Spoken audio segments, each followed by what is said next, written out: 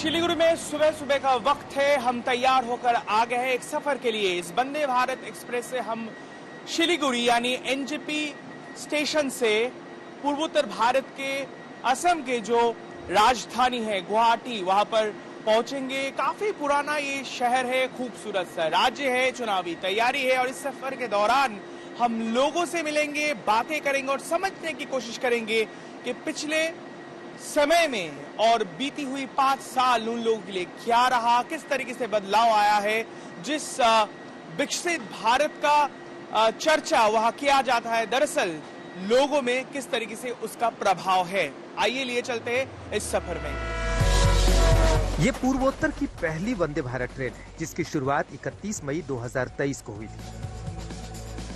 मंगलवार को छोड़कर ये ट्रेन हफ्ते के 6 दिन चलती है।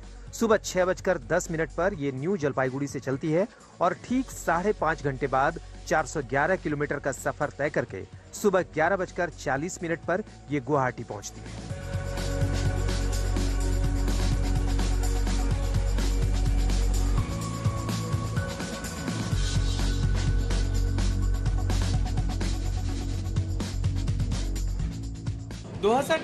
के मई के महीनों में न्यू जलपाईगुड़ी और गुवाहाटी के बीच चलने वाली वंदे भारत एक्सप्रेस को हरी झंडी दिखाई गई थी।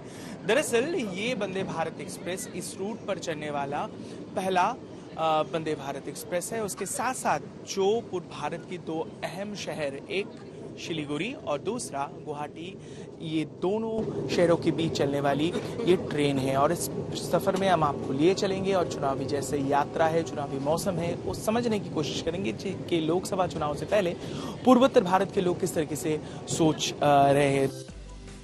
29 मई 2023 को इस ट्रेन का वर्चुअल उद्घाटन करते हुए पीएम मोदी ने पूरे पूर्वोत्तर में पर्यटन को रफ्तार देने की उम्मीद जताई थी। आज नॉर्थ ईस्ट को अपनी पहली made in India Vande Bharat express मिल रही है। दूसरा, ये पश्चिम बंगाल को जोड़ने वाली तीसरी वंदे भारत एक्सप्रेस है। नॉर्थ ईस्ट में जो इंफ्रास्ट्रक्चर डेवलपमेंट हो रहा है सर, अभी जो स्पेशली जो अभी because after the Modi government has come to India, जैसे कि अष्टलक्ष्मी, जैसे प्रधानमंत्री मोदी जी ने बताया गया है, तो अष्टलक्ष्मी की सबसे काम हो रहा है अभी। आप देखिए रोड कनेक्टिविटी इतना अच्छा हो रहा है, 6 लेन 4 लेन थे, अभी 6 लेन का काम अभी बहुत बढ़िया से काम चल रहा है। अभी मणिपुर का सिचुएशन पूरा वॉलेटाइल है और आज तक फ्रैंकली स्पीकिंग पीएम मोदी ने एक भी बात कुछ नहीं कहा है। फिर एक बार ट्वीट किया है, वो भी मणिपुर के स्टेटहुड के दिन में। अभी का जो सेंट्रल गवर्नमेंट है, अभी सेंट्रल में जो भी गवर्नमेंट है, अभी इंडिया का गवर्नमेंट है, तो हमारा स्टेट भी इंडिया का ही पार्ट है। वैसे अभी अलायंस भी है, तो डबल इंजन की सरकार है, इसीलिए अभी हो रहा है, डेवलपमेंट बहुत ज्यादा हो रहा है। यार आप तो है नॉर्थ बंगाल के, जो अक्सर इस ट्रेन से सफर करते हैं, जरा बताइए पिछले 5 सालों में क्या कुछ बदलाव आपने नॉर्थ बंगाल में देखा? माने ऐसे छोटा छोटा बदलाव तो काफी हो रहा है, लेकिन बहुत स्लो प्रोसेस में। मेजर होना चाहिए, वो नहीं हो रहा है। मेजर डेवलपमेंट नहीं है, नहीं हो रहा है। अब इसमें गलती किसका है, कौन चूक रहा है, केंद्र सरकार या राज्य की सरकार? ये नहीं बता सकते। अच्छा। हाँ। लेकिन एक आम इंसान को नाखुश है। हाँ, नाखुश।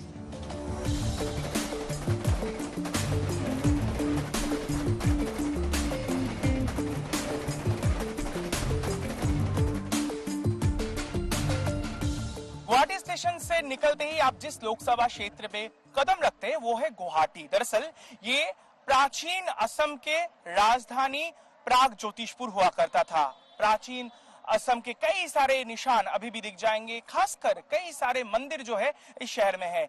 ब्रह्मपुत्र नदी के किनारे बसा ये खूबसूरत शहर फिलहाल ये उत्तर पूर्व भारत के लिए प्रवेश द्वार कहा जाता है। यहाँ पर आर्थिक हब यानी असम में जितने भी चाय बागान हैं उसकी खरीदारी के लिए सबसे महत्वपूर्ण आर्थिक हब इसी शहर को कहा जाता है और यहाँ पर ब्रह्मपुत्र नदी के किनारे कई सारे बंदरगाह भी है। दरअसल यहाँ पर राजनीति की अगर बात की जाए तो बेहद रोचक है पूर्वोत्तर भारत की राजनीति। गुवाहाटी लोकसभा सीट की बात करें तो बीजेपी की क्वीन ओजा यहाँ की सांसद हैं, जो कारोबारी भी हैं। 2019 में उन्होंने कांग्रेस की बबीता शर्मा को 3,45,606 वोट से हराया था।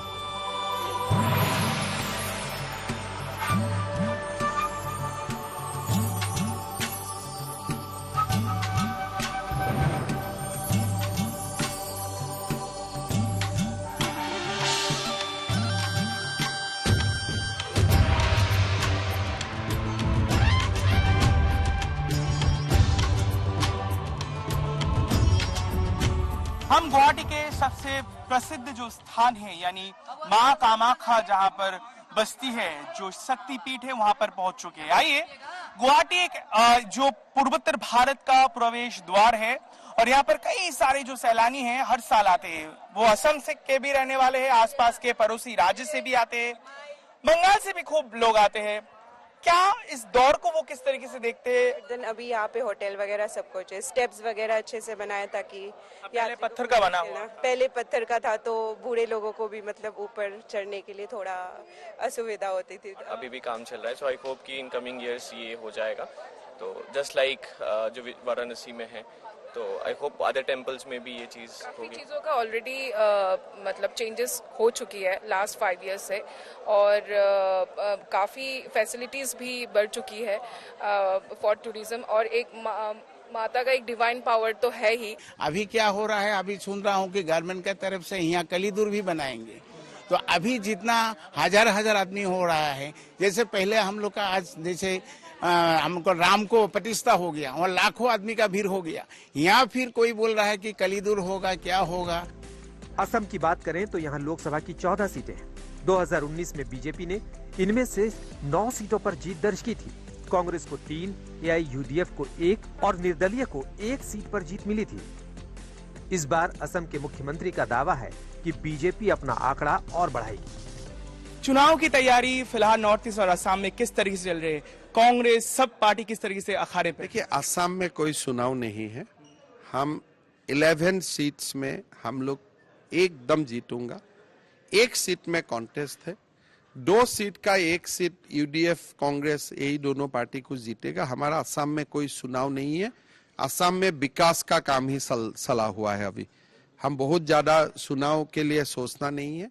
मोदी जी ने जितना काम किया, और जैसे अयोध्या में रामलला का प्राण प्रतिष्ठा हुआ, जैसे नॉर्थ ईस्ट में विकास हुआ, तो it is a clean sweep for BJP. Himanta Biswa Sharma को पूर्वोत्तर का चाणक्य भी कहा जाता है। पूर्वोत्तर के 7 राज्यों की बात करें तो यहाँ लोकसभा की कुल 11 सीटें हैं। इनमें से 5 सीटों पर बीजेपी के सांसद हैं। बीजेपी आज की तुलना उस दौर से कर रही है जब केंद्र में UPA की सरकार थी और तब के प्रधानमंत्री मनमोहन सिंह असम से ही राज्यसभा के सदस्य थे। आदरणीय मनमोहन सिंह आया सिर्फ 8-10 बार, लेकिन अपना प्रधानमंत्री आया 60 बार। और जो budgetary allocation for north east during the UPA regime, it was only 36,000 crore something like that, but it is now increased by triple, 1 lakh crore जैसा हो गया है। और पहले हम लोग कुछ रिफाइनरी हो, ब्रह्मपुत्र के ऊपर पुल हो, we have to go for agitation, आंदोलन करना पड़ा था। लेकिन नाउ जो during the Congress era there were only 3 big bridges in Brahmaputra, now it is going to be 10।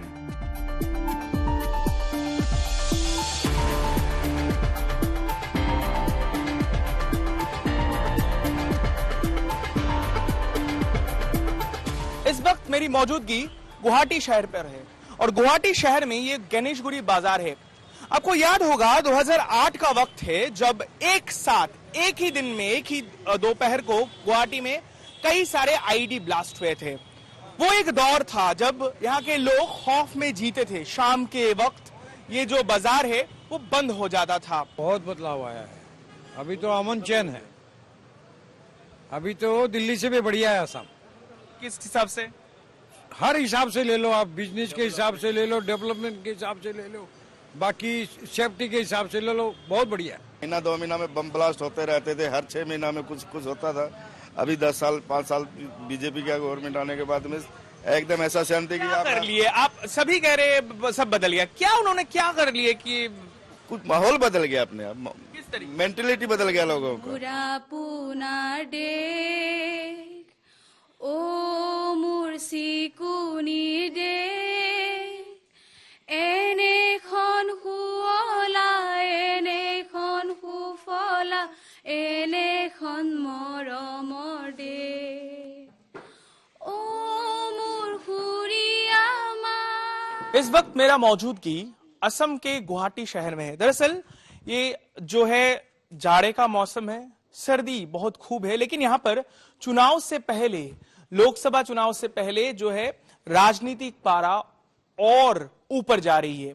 फिलहाल इस वक्त मेरी मौजूदगी एक ऐसे जगह पर है जहां पर इस शहर और इस राज्य के कई सारे जो यूथ है वो एकत्रित है। उसके साथ साथ हम उनसे बात करेंगे और समझने की कोशिश करेंगे, सुनने की कोशिश करेंगे कि दरअसल चुनाव के लिए क्या महत्व रखता है। बस यही चाहते हैं कि जो भी सत्ता में आए, डेवलपमेंट ऐसा हो जो सबका डेवलपमेंट इक्वली होते रहे, चाहे वो जितना भी ट्राइबल्स लोग हो या फिर गर्ल्स एजुकेशन के लिए ही हो, गर्ल्स के लिए ही हो, महिला के लिए, या फिर जितना भी बैकवर्ड क्लासेस है, सबका ऐसे डेवलपमेंट हो। अभी जो रूलिंग पार्टी है उन्होंने बहुत कुछ डेवलप किया है और लगता है पता नहीं करप्शन, कोई बोलता है करप्शन होता है, ये होता है, ये पार्टी अच्छा नहीं, वो पार्टी अच्छा नहीं। हमें इतना नहीं पता है कौन पार्टी अच्छा है कौन नहीं, लेकिन जो रूलिंग पार्टी है हमें लगता है वो बहुत कुछ कर रहे हैं नॉर्थ ईस्ट के लिए। आज के डेट में इंडिया में पता है नॉर्थ ईस्ट कहाँ है, असम कहाँ है। असम की सियासत कुछ दिनों पहले अचानक गर्मा गई जब राहुल गांधी के नेतृत्व में कांग्रेस की न्याय यात्रा असम पहुंची। राहुल गांधी वैष्णव संत शंकर देव के मंदिर के दर्शन करना चाहते थे, लेकिन प्रशासन ने उन्हें बाहर ही रोक दिया। बस मैं कारण पूछ रहा हूँ।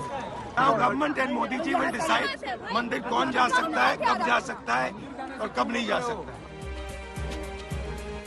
दूसरी तरफ असम सरकार ने भीड़ को उकसाने और सार्वजनिक संपत्ति को नुकसान पहुंचाने के आरोप में राहुल गांधी समेत कई कांग्रेस नेताओं के खिलाफ एफआईआर दर्ज कर ली। Cases has been registered. For Guwahati case, we have created a SIT. Already the SIT is working.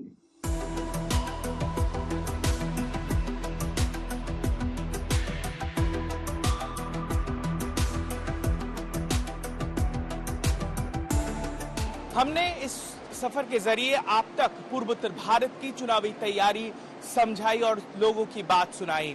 और ये तो स्पष्ट है कि इस बार लोकसभा चुनाव के दौरान उत्तर बंगाल हो या फिर पूर्वोत्तर भारत के असम जैसे राज्य या फिर मेघालय, अरुणाचल, यहाँ पर घमासान खूब होगी। तमाम पार्टी जो है वहां पर मैदान पर है और उसके साथ साथ बारीकी से चुनकर लोग फैसला लेंगे। कैमरा पर्सन किरण दास के साथ ऋतिक, आज तक के लिए।